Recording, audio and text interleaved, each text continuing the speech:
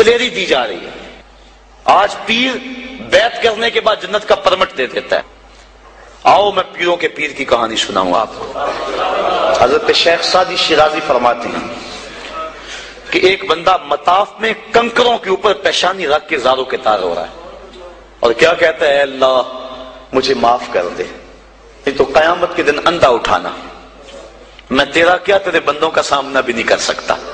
اتنے درد سے روتا ہے کہ لوگ اپنی دعائیں چھوڑ کے اس کے لیے دعا کرتے ہیں۔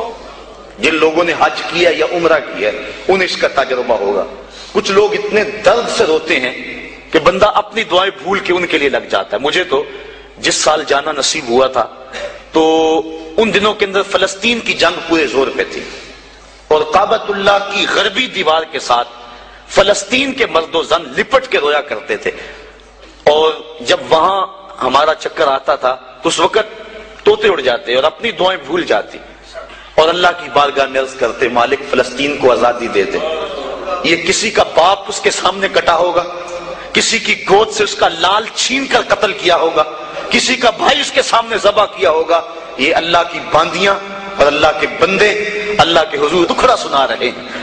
تو انسان اپنی دعائیں چھوڑ کے ان کے لیے دعائیں کرنے لگ جاتا۔ فلسطین کی آزادی کے لیے دل تڑپتا، پھر کشمیر کی طرف، آذربائیجان کی طرف، کابل و قندھار کی طرف، دشت لیلا کی طرف، اور قلعہ جنگی اور تورا بورا کی طرف، اور موصل و تقرید کی طرف، اور کوفہ و بغداد کی طرف انسان کا دل جاتا کہ وہاں کیا کچھ ہو رہا ہے، اور انسان اپنی دعائیں چھوڑ کے امت کے لیے رونے لگ جاتا ہے۔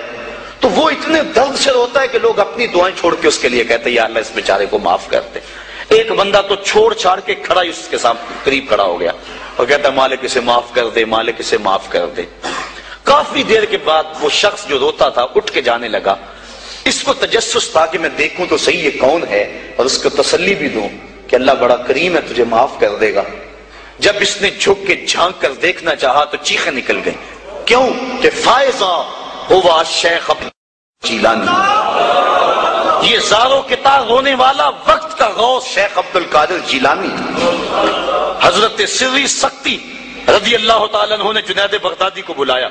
حضرت جنید بغدادی کہ وہ ماموں بھی لگتے ہیں رشتے میں اور پیر بھی لگتے ہیں۔ یہ پیر مرید کی کہانی سنا رہا ہوں۔ آج کا پیر تو گارنٹی دے رہا ہے نا، اللہ اکبر حضور تو حضرت ربیہ کو بھی جنت کی بشارت دیں اور ساتھ کہیں کثرت سجود سے میری مدد کرنا، اور پیر کہتا تجھے پرواہ ہی نہیں ہے۔ آؤ اس پیر مرید کی کہانی سنا رہا ہوں۔ حضرت جنید بغدادی فرماتے ہیں میرے ماموں نے تنہائی میں مجھے بلایا اور مجھے وصیتیں کی۔ جب ایک وصیت کی تو میرے پاؤں تلے سے زمین نکل گئی۔ کہنے لگے بیٹا جب میں مر جاؤں تو میری قبر بغداد سے باہر بنانا۔ میں نے پوچھا حضور کیوں؟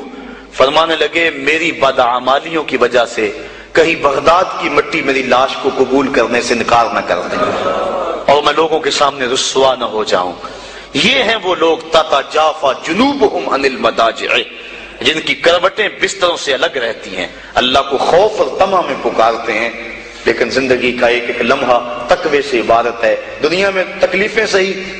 حضرت امام جعفر صادق ساری زندگی ٹھنڈا پانی نہیں پیا، فرماتے تھے کیا خبر کہ اس کے حساب میں چکرا جاؤں۔ اور آپ کے مریدین بیٹھے ہوئے ہیں، آپ بھی بیٹھے ہوئے ہیں، لوگ بیٹھے ہیں۔ کہا یار آج ایک دوسرے سے وعدہ نہ کر لیں؟ کہا کیا؟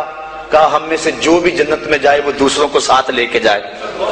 غلاموں نے کہا حضور ہم آپ سے وعدہ کریں، ہم تو آپ کے سہارے پہ بیٹھے ہوئے ہیں۔ کہا تم نہیں جانتے آخرت کے معاملے بڑے سخت ہیں۔ یہ امام جعفر صادق کہہ رہے ہیں، یہ ان کی زندگی ہے۔ تو ذرا دیکھیے یہ تقوی ہے، یہ خشیت ہے، اور ٹھنڈے پانی سے بھی گریز کر رہے ہیں۔ تین چیزوں کا حساب نہیں ہوگا قیامت کے دن، ضرورت کے وقت کھانا پینا، اور ستر عورت کے لیے کپڑا لباس، اور ضرورت کا مکان۔ ان تین چیزوں کا حساب نہیں ہوگا۔ اس کے علاوہ جو بھی نعمت اللہ نے دی ہے ثم لتسألن یومئذ عن النعیم، اللہ قرآن میں کہتا ہے ہر نعمت کے بارے میں پوچھا جائے گا۔ تو صاحبو جن لوگوں نے اس بات کا خیال رکھا کہ ہمیں پوچھنا ہے اور ایک ایک بات کا ہم نے جواب دینا ہے، یہ بات درست ہے کہ اللہ اپنے فضل سے معاف کرے گا، لیکن سحری کے وقت اٹھ کے سسکیاں بھرنے والا اور رات شراب خانے میں گزارنے والا کیا قیامت کے دن ایک صف میں کھڑے کر دیے جائیں گے؟ یہ کیسے ہوگا؟ غریبوں کا خون چوسنے والا، بیواؤں اور یتیموں کا مال لوٹنے والا اور رات کی تنہائی میں ان کی مدد کرنے والا کیا ایک صف میں کھڑے کر دیے جائیں گے؟ ایسا کیسے ہو سکتا ہے؟ تو صاحب وہ تقوی ہے کہ انسان اپنی زندگی کے ایک ایک قدم کو بچا بچا کے رکھے کہ میں اللہ کی ناراضگی سے بچ جاؤں. اور دنیا کو اس نے مشکلات میں ڈال دیا. آج کہتے ہیں دین پہ عمل کرنا بڑا مشکل ہے. جو بندہ دین پہ عمل کرنا چاہتا ہے، اللہ قرآن میں سورۃ الاعلیٰ میں فرماتا ہے مشکل نہیں، ہم اس کے لیے آسان بنا دیتے ہیں. چلو لوگوں کے لیے مشکل ہی صحیح، لیکن اس نے مشکل میں یہ زندگی کاٹ لی. اور دنیا ہے بھی، اور دنیا سجن المومن، مومن کے لیے ہے بھی قید خانہ.